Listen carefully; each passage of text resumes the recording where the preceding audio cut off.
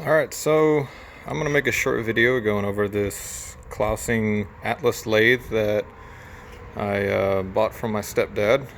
It's been in his shop forever, and I've been cleaning the rails, greasing them up, taking a Brillo pad, not a Brillo pad, but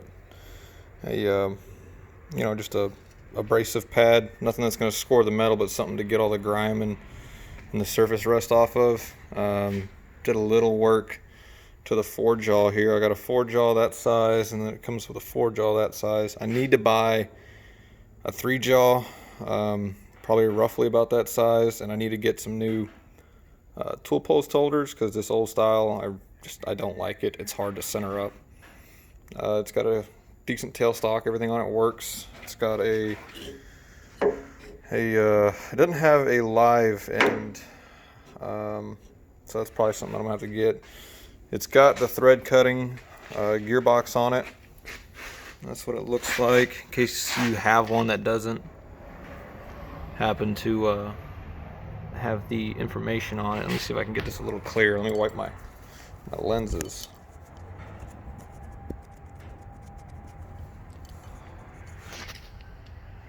It's a little bit better. There, I'll try to take a good picture of it. Anyway, I've been doing a lot of work to it, trying to get it, ready to use. I've already got one guy that needs work done to it. It's got a electric motor in the back, 2 different drive ratios from the motor to the input, 3 different ratios here, and a whole fucking plethora of shit that you can do down there.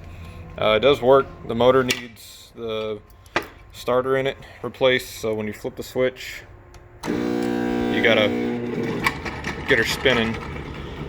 I need to adjust the clutch on it because you can see that it still wants to spin a little bit even after it's been disconnected. Part of that's also because it needs new belts. These tend to stick a little bit because they're old, but everything works. I've got that little piece of paper in there because I was just making sure that the readout was right, so I was just holding it, engaging. Let's do this.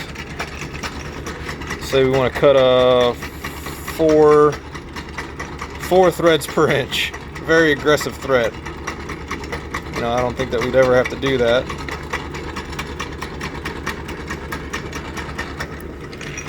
Helps if I engage that. So 4 threads would be center. And all that I would do is I'd flip this on and I just 1, 2, 3, 4, and I'd make sure that was an inch. It's also got the power feed in the Y-axis, which works impeccably well. There's also hardly any slop in this thing. Let's see, so it's on 20 thou right now.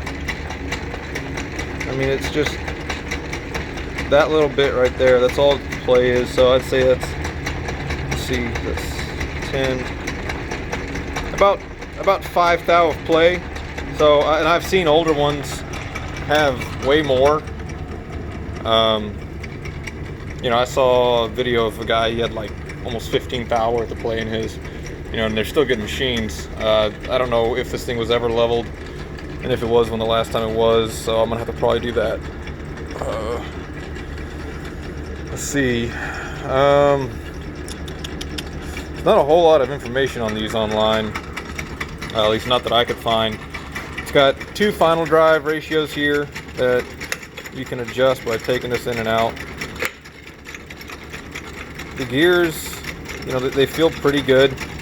You can see that there is a little bit of slop, so there's some things that I'm gonna have to go through and tighten up. But for the most part, everything works good. Where the tolerances count, it's tight.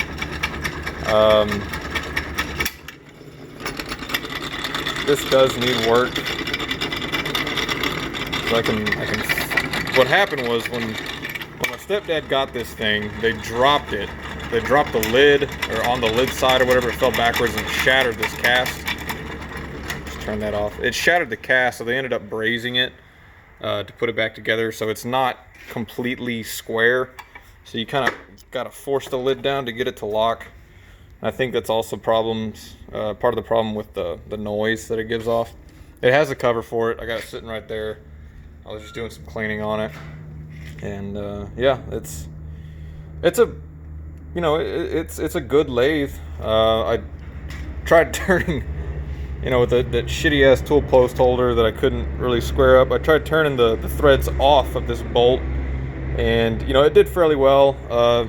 Even in the higher RPMs for something that's small, it does really good. But the high-speed steel that it had, it was old, it wasn't sharp, and it needs proper tooling. But even with the bad tooling, it did really, really well.